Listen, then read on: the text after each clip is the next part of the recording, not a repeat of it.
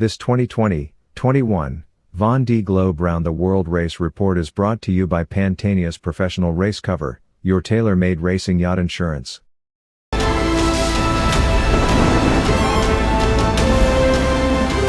you're taking your racing to the next level, make sure your insurance is up to the challenge. Pantanius Professional Race Cover. Forced to abandon the Vendée Globe, following a collision with an unidentified floating object, Samantha Davies nevertheless wishes to complete her round-the-world race, out of the race. She hopes to leave next Monday. Samantha Davies announced on Saturday that she hoped to return to the stormy oceans 2 days later. The British sailor, entered in the Vendée Globe, had to retire on December 2nd, after a collision with an unidentified floating object. But she has not given up on her plan to tour the world, even if the dreams of victory have faded. Her initiative's Kerr boat is now located in Cape Town, South Africa. The 2 partitions inside which had broken during the impact were reconstructed, detailed David Sino, the team manager, in a press release. We also checked that all mechanical parts around the keel bearings were intact. The fairing in front of the keel was badly damaged. It has been repaired. I hope to sail with the team on Monday to check that the repairs are satisfactory and that the elements have been reassembled correctly, explained Samantha Davies. If everything is validated, the team will disembark and I will leave immediately, Monday afternoon.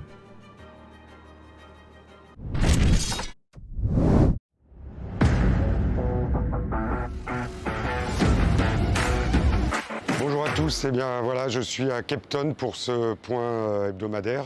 Donc la bonne nouvelle, c'est que vous voyez derrière moi, le bateau est ici, Sam et le bateau sont arrivés en sécurité ici à Cape Town en Afrique du Sud. On a pu sortir le bateau de l'eau, vous voyez, il est là-bas sur son berre devant la montagne mythique de Cape Town qui est la Table Mountain que vous voyez juste au-dessus de moi. Et donc on a pu commencer à démonter les cloisons cassées, expertiser le bateau, on a déposé la quille, on a pu confirmer l'impact sur la quille relativement important. Et on est rassuré sur le fait qu'il n'y a pas pour l'instant d'autres avaries significatives que celles que Sam avait pu constater en mer. Par contre, on est aussi conforté sur le fait qu'il n'existait aucune autre possibilité raisonnable que de s'arrêter ici pour faire un chantier de réparation. Donc l'objectif de toute l'équipe, c'est de permettre à Sam de repartir dans les meilleures conditions et le plus rapidement possible, mais en ne prenant aucun risque. Donc on est tous mobilisés vers cet objectif. Pendant ce temps-là, la course solidaire continue. C'est incroyable, on reçoit un soutien de partout, des gens qui nous aident ici, des messages qui viennent du monde entier et des clics qui continuent sur Facebook et sur Instagram.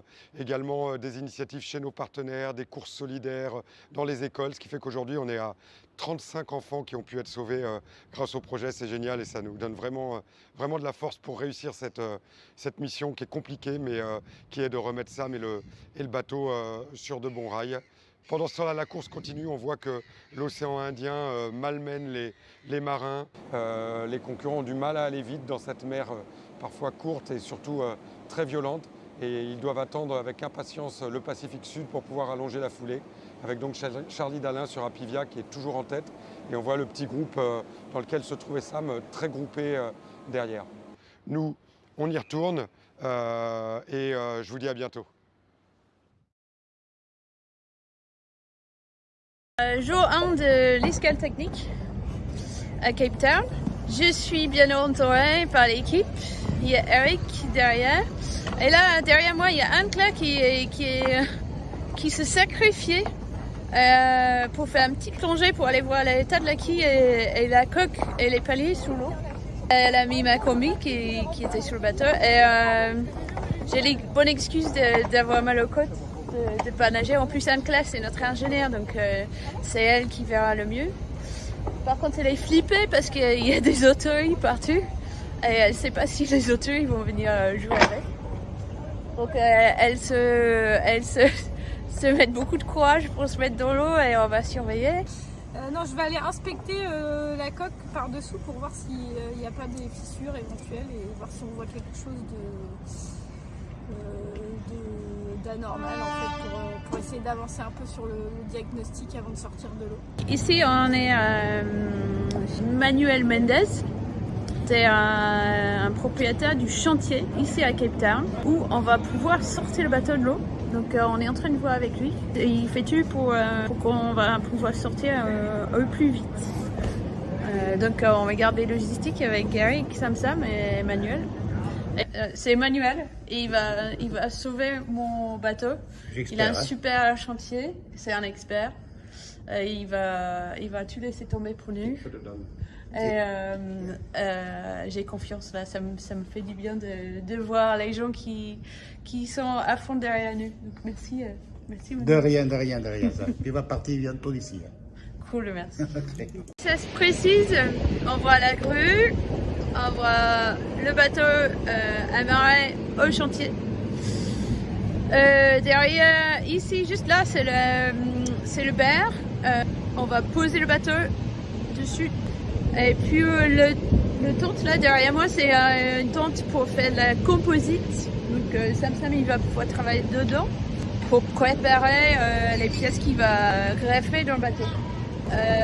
Moi je profite aussi de faire une bonne rinçage, donc j'ai ma petite linge là, donc toutes les serrées, les bottes, j'ai nettoyé la cuisine, tout est propre, c'est prêt pour repartir. Au top. La grande grue est arrivée, la sortie de l'eau est imminente. Ça commence à monter.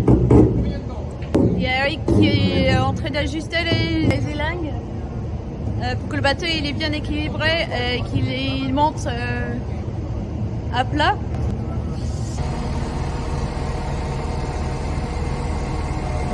Ça y est, le bateau est posé, donc première étape franchie. Pas facile, ça a pris du temps, mais encore la maîtrise d'Eric. Du Gauthier et toute l'équipe maîtrise et patience pour faire ça bien. Donc bateau en sécurité. Prochaine étape c'est en Navelaki. Il fait presque nuit. C'est super joli en fait le coucher de soleil ici à Cape Town. Mais l'équipe ne s'arrête pas. Ils sont à fond pour faire cette réparation au plus vite. C'est génial cette mobilisation de l'équipe et ouais, c'est impressionnant.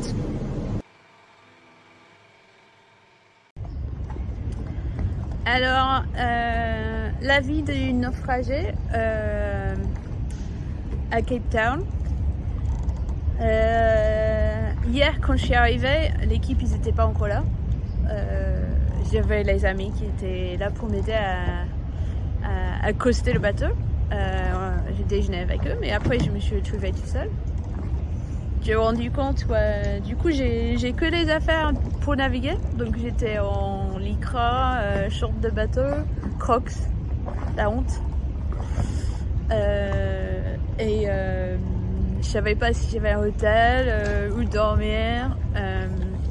C'est un peu bizarre de se retrouver seule comme ça. Mais après l'équipe ils sont arrivés le soir, j'ai trouvé un hôtel. Et, quand j'arrivais à l'hôtel, je regardais ma tête dans le miroir et j'avais oublié que il y a 2 semaines, j'avais coupé mes cheveux avec les ciseaux de la boîte à outils et que j'avais pas prévu que les gens voient ma tête pour encore 2 mois. Donc aujourd'hui, j'ai une mission d'acheter les vêtements en secours et les vêtements normaux. Des t-shirts en coton, les shorts, un pyjama, du shampoing. Et je crois qu'il faut que je vais trouver un coiffeur rapide. Ça fait du bien de dormir dans un lit, mais je suis pas habituée à dormir dans un lit non plus. Donc je me suis réveillée tête à l'envers avec la couette sur ma tête. Je pense que je suis trop habituée de dormir calée, coincée dans un matelas où je peux plus bouger parce que sinon je vais tomber du lit. Donc il y a plein de choses à s'adapter. C'est un peu bizarre. cette vie où on n'est pas censé d'être là, donc on n'a pas les affaires, on a oublié comment vivre normalement.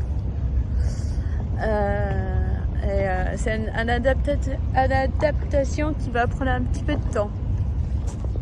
Petit problème ce matin, je dois faire une interview en direct avec une chaîne télévision depuis le bateau. Et là, un très bon gardien, mais je pense qu'il sait pas que je suis le skipper. Il veut pas que je vais sur mon bateau. Je sais pas comment je vais faire. Aujourd'hui,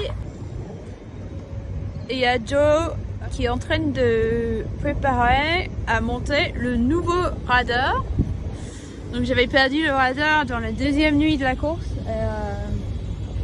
C'est plus safe d'aller dans le sud où il y a peut-être des icebergs avec un radar qui marche. Donc on profite de cette escale pour remettre ça au propre.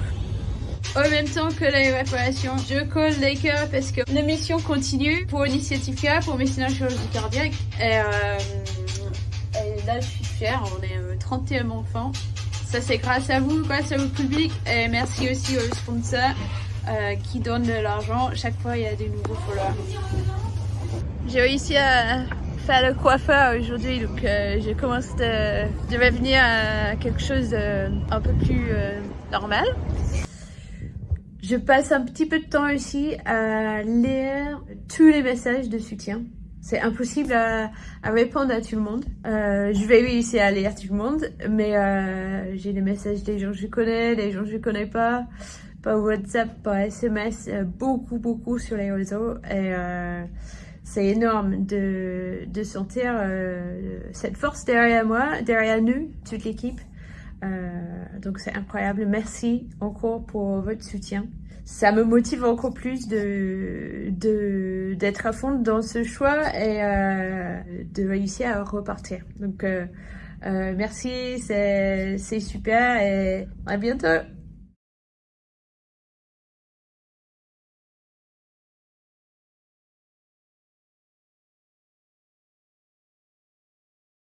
This 2020-21 Vendée Globe Round the World Race Report was brought to you by Pantanius Professional Race Cover, your tailor-made racing yacht insurance.